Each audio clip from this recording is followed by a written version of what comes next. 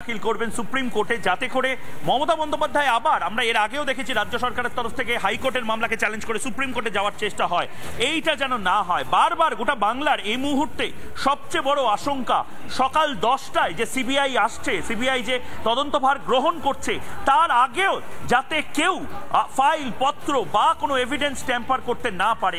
একটা বড় সংখ্যক মানুষের এই আশঙ্কা যে যখনই অভয়াকে মেরে ফেলা হয় তার 1-2 ঘন্টার মধ্যেই বহু এভিডেন্স অর্থাৎ প্রমাণ লোপাট হয়ে গেছে।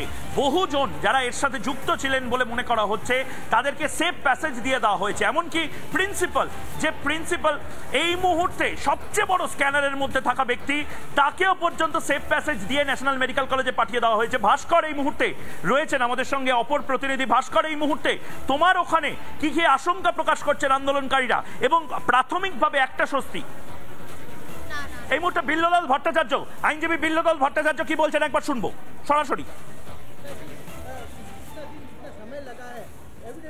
লুজ এন্ডস আছে যেগুলোকে কভার আপ করার চেষ্টা করা হচ্ছিল, বাচ্চাকে ভোলানোর ললিপপ খাওয়াবার মতো, যে আমরা সিবিআই কে ট্রান্সফার করব কিন্তু 7 দিন পরে করব, 8 দিন পরে করব, মানে যা এভিডেন্স আছে সেগুলোকে সমস্ত হয়তো ডিস্ট্রয় করার চেষ্টা চলছিল। কারণ সিবিআই কে ট্রান্সফার করব যদি বলা হয়ে থাকে তাহলে আজকে রাজ্যের তরফ থেকে কোর্টের কাছে এই আচরণ দেখা যেত না আর কি। রাজ্য টুথ অ্যান্ড নেল অপোজ করেছে সিবিআই কে ট্রান্সফার করা।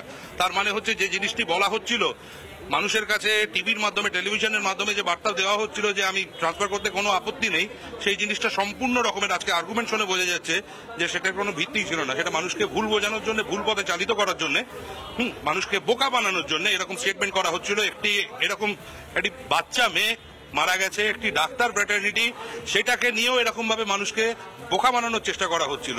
আরেকজন তো বসে বসে কমেন্টও করেছে যে এনকাউন্টার করে মেরে দেওয়া উচিত, যে ধরা পড়েছে তাকে। মানে যত রকম ভাবে এই তদন্তে যা কিছু আছে এভিডেন্স, পুরো জিনিসটাকে ডিস্ট্রয় করে দেওয়ার চেষ্টা হচ্ছিল। আমরা তো আজকে বললামই, যেটা প্রথম প্রশ্ন আমি করেছিলাম হচ্ছে যে এরকম একটি নারকীয় হত্যা লীলা, যেখানে রক্তাক্ত অবস্থায়, অর্ধনগ্ন অবস্থায় এইভাবে একটি মেয়ে পড়ে আছে, সেখানে পুলিশ কিভাবে একটা সুইসাইডের কেস হিসেবে রেজিস্টার করে, কিভাবে আনন্যাচারাল ডেথ কেস রেজিস্টার করে, টালা পিএস এর আনন্যাচারাল ডেথ কেস, এটাই মামলাটার টার্নিং পয়েন্ট ছিল। এখান থেকেই আদালত ঘুরতে শুরু করলো। তো সেটার আজকে এখন অব্দি কোনো উত্তর ওরা তো দিতে পারেনি। কেস ডায়েরি প্রডিউস করে ওরা তো টাইম লাইন অনুযায়ী যেটা ইন্ডিকেট করলো, তাতে এটাও বোঝা গেল যে মেয়েটিকে একটি বেওয়ারিশ লাশ হিসেবে ট্রিট করা হয়েছে। তারই যে মেডিকেল কলেজের সাথে যুক্ত, সেই মেডিকেল কলেজের মধ্যেই তাকে খুন করা হয়েছে এরকম ভাবে। তারপরেও তাকে বেওয়ারিশ হিসেবে ট্রিট করে, তার বাবা মা থাকা সত্ত্বেও ইনকোয়েস্টটাও করা হয়েছে, এটিকে একটি আনন্যাচারাল ডেথ কেস হিসেবে ট্রিট করে, পোস্টমর্টমটাও সেইভাবে হয়েছে। এর থেকে বেশি মানে গ্রাউন্ড তো আর থাকতে পারে না একটা কেস ট্রান্সফার করার জন্য। আর কেস ডায়েরি দেখে তো আদালত, আপনি দেখলেনই, আজকে কোর্টের মধ্যে বলেছে যে সেই অর্থে কোনো রকমের অগ্রগতি হয়নি এই তদন্ত নিয়ে। এক্সপেক্টেড, যেখানে যে রাজ্যে মহিলাদের প্রতি এরকম জিনিস বারংবার ঘটে যাচ্ছে, তাতে তদন্তটাও সেইভাবে চলা উচিত। তদন্তটা সত্যিকে উদ্ধার করার জন্য করা উচিত। তদন্তটা সত্যিকে, যেখানে একটি মেয়ে ধর্ষিতা হয়েছে, চাপা দেওয়ার জন্য করা উচিত নয়, যেখানে একজন মহিলা মুখ্যমন্ত্রী এ রাজ্যে থাকে। সমাজের সর্বত্র শ্রেণীতে এই নিয়ে প্রতিবাদ হলো, বিভিন্ন জায়গায় মেয়েটির নাম প্রকাশ হলো, এমনকি প্রিন্সিপাল মেয়েটির নাম বলল, যা আইনত অপরাধ। তারপরে আজকে আদালতের এই নির্দেশ। আমরা একটা প্রশ্ন করেছিলাম যে প্রিন্সিপালকে পুলিশ এক্সামিন করেছে কিনা। পুলিশের তো উচিত ছিল প্রাথমিকভাবে প্রিন্সিপালকে এক্সামিন করা।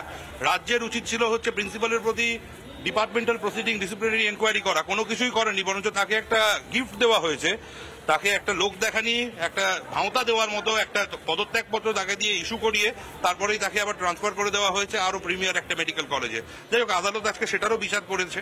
আদালত যা বলার তার সম্বন্ধে সেটা বলেছে। এই মানুষটাকে 120B তে অ্যারেস্ট করা উচিত। আমরা শুনলাম কি বললেন, দাখিল করবেন সুপ্রিম কোর্টে, যাতে করে মমতা বন্দ্যোপাধ্যায় আবার, আমরা এর আগেও দেখেছি রাজ্য সরকারের তরফ থেকে হাইকোর্টের মামলাকে চ্যালেঞ্জ করে সুপ্রিম কোর্টে যাওয়ার চেষ্টা হয়।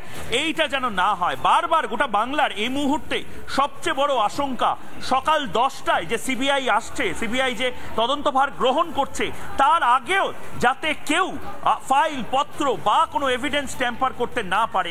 একটা বড় সংখ্যক মানুষের এই আশঙ্কা যে যখনই অভয়াকে মেরে ফেলা হয় তার 1-2 ঘন্টার মধ্যেই বহু এভিডেন্স অর্থাৎ প্রমাণ লোপাট হয়ে গেছে। বহুজন যারা এর সাথে যুক্ত ছিলেন বলে মনে করা হচ্ছে তাদেরকে সেফ প্যাসেজ দিয়ে দেওয়া হয়েছে। এমনকি প্রিন্সিপাল এই মুহূর্তে সবচেয়ে বড় স্ক্যানারের মধ্যে থাকা ব্যক্তি, তাকেও পর্যন্ত সেফ প্যাসেজ দিয়ে ন্যাশনাল মেডিকেল কলেজে পাঠিয়ে দেওয়া হয়েছে। ভাস্কর এই মুহূর্তে রয়েছেন আমাদের সঙ্গে, অপর প্রতিনিধি ভাস্কর। এই মুহূর্তে তোমার ওখানে কি কি আশঙ্কা প্রকাশ করছেন আন্দোলনকারীরা, এবং প্রাথমিকভাবে একটা স্বস্তি এই মুহূর্তে বিল্লদল ভট্টাচার্য, আইনজীবী বিল্লদল ভট্টাচার্য কি বলছেন একবার শুনবো সরাসরি। লুজ এন্ডস আছে যেগুলোকে কাভার আপ করার চেষ্টা করা হচ্ছিল, বাচ্চাকে ভোলানোর ললিপপ খাওয়াবার মতো যে আমরা সিবিআই কে ট্রান্সফার করব, কিন্তু 7 দিন পরে করব, 8 দিন পরে করব, মানে যা এভিডেন্স আছে সেগুলোকে সমস্ত হয়তো ডিস্ট্রয় করার চেষ্টা চলছিল। কারণ সিবিআই কে ট্রান্সফার করব যদি বলা হয়ে থাকে তাহলে আজকে রাজ্যের তরফ থেকে কোর্টের কাছে এই আচরণ দেখা যেত না আর কি। রাজ্য টুথ অ্যান্ড নেল অপোজ করেছে সিবিআই কে ট্রান্সফার করা। তার মানে হচ্ছে যে জিনিসটি বলা হচ্ছিল মানুষের কাছে টিভির মাধ্যমে, টেলিভিশনের মাধ্যমে যে বার্তা দেওয়া হচ্ছিল যে আমি ট্রান্সফার করতে কোনো আপত্তি নেই, সেই জিনিসটা সম্পূর্ণ রকমের আজকে আর্গুমেন্ট শুনে বোঝা যাচ্ছে যে সেটার কোনো ভিত্তি ছিল না। সেটা মানুষকে ভুল বোঝানোর জন্য, ভুল পথে চালিত করার জন্য, মানুষকে বোকা বানানোর জন্য এরকম স্টেটমেন্ট করা হচ্ছিল। একটি বাচ্চা মেয়ে মারা গেছে, একটি ডাক্তার ফ্র্যাটার্নিটি, সেটাকে নিয়েও এরকম ভাবে মানুষকে বোকা বানানোর চেষ্টা করা হচ্ছিল। আরেকজন তো বসে বসে কমেন্টও করেছে যে এনকাউন্টার করে মেরে দেওয়া উচিত, যে ধরা পড়েছে তাকে। মানে যত রকম ভাবে এই তদন্তে যা কিছু আছে এভিডেন্স, পুরো জিনিসটাকে ডিস্ট্রয় করে দেওয়ার চেষ্টা হচ্ছিল। আমরা তো আজকে বললামই, যেটা প্রথম প্রশ্ন আমি করেছিলাম হচ্ছে যে এরকম একটি নারকীয় হত্যা লীলা, যেখানে রক্তাক্ত অবস্থায়, অর্ধনগ্ন অবস্থায় এইভাবে একটি মেয়ে পড়ে আছে, সেখানে পুলিশ কিভাবে একটা সুইসাইডের কেস হিসেবে রেজিস্টার করে, কিভাবে আনন্যাচারাল ডেথ কেস রেজিস্টার করে, টালা পিএস এর আনন্যাচারাল ডেথ কেস, এটাই মামলাটার টার্নিং পয়েন্ট ছিল। এখান থেকেই আদালত ঘুরতে শুরু করলো।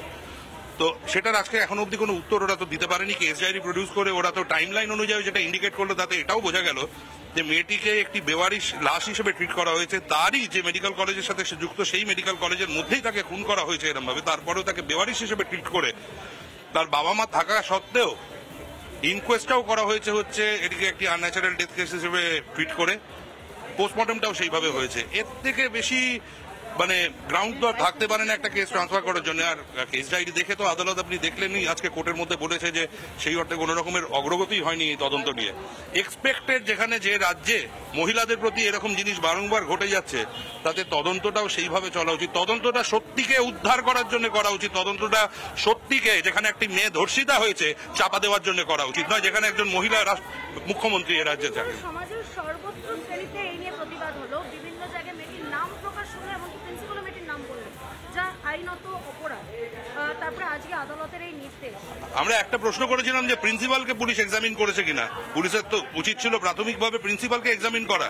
রাজ্যের উচিত ছিল হচ্ছে প্রিন্সিপালের প্রতি ডিপার্টমেন্টাল প্রসিডিং, ডিসিপ্লিনারি এনকোয়ারি করা। কোনো কিছুই করেনি, বরঞ্চ তাকে একটা গিফট দেওয়া হয়েছে, তাকে একটা লোক দেখানি, একটা ভাঁওতা দেওয়ার মতো একটা পদত্যাগপত্র তাকে দিয়ে ইস্যু করিয়ে তারপরেই তাকে আবার ট্রান্সফার করে দেওয়া হয়েছে আরো প্রিমিয়ার একটা মেডিকেল কলেজে। যাই হোক, আদালত আজকে সেটারও বিচার করেছে। আদালত যা বলার তার সম্বন্ধে সেটা বলেছে। এই মানুষটাকে 120B তে অ্যারেস্ট করা উচিত। আমরা শুনলাম কি বললেন।